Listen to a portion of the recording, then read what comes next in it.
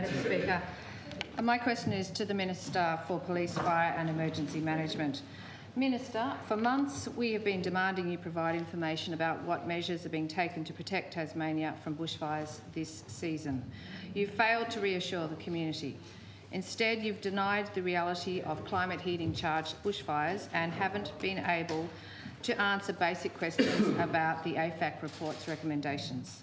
Minister, there are reports you've had to curtail aircraft-based training activities, to hold back some of the limited quota of contract flight hours that you've resourced for fighting fires this season.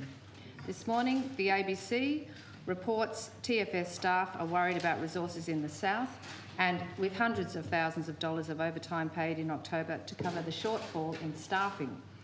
Minister, you said you have every confidence in the TFS to protect Tasmanians this season, but when we have firefighters telling us it's luck that's getting us by, how can Tasmanians have any confidence in you to protect them this bushfire season? Thank you. The Honourable Minister for Police and Emergency Services.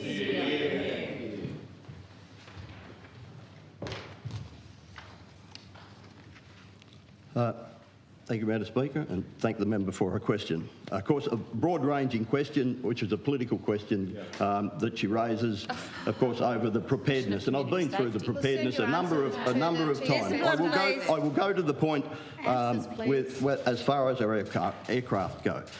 And I'd answer it this way. The Chief Executive Officer of the Australian Fire and Emergency Services Authority, the Council, AFAC, has expressed his view that Australia currently has sufficient resources and contingencies in place to manage the 2019-20 bushfire season. The aerial firefighting is a critical tool to the bushfire management toolbox. Tasmanians have a new combined air desk to improve the aerial firefighting capability. We're talking about Tasmania. Contracts, well, that's the air desk in Tasmania. But there's not enough. Contracts are in place. Contracts are in place to call on 36 aircraft from across Tasmania right now. And from December 1, only a couple of days away, we will have a further 7 aircraft pre-positioned in strategic locations around the state to fight the fire as soon as it's identified.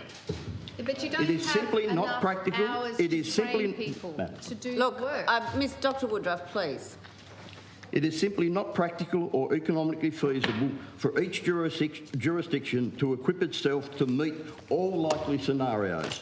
The current model, therefore, relies on the effectiveness and efficiency of sharing the resources to meet surge demand. Stealing from the north to come to the south because it's not. Dr. Woodruff. This is what's happening. Dr. Woodruff, please. This is warning number 1. This is especially relevant in the case of aviation resources, which are specialised and expensive. The advantages of sharing air resources is they are highly mobile. Come early December, the country will have 7 large air tankers, or LATs, to use if needed. More than the 5 that was previously used in past fire seasons. So we are well prepared.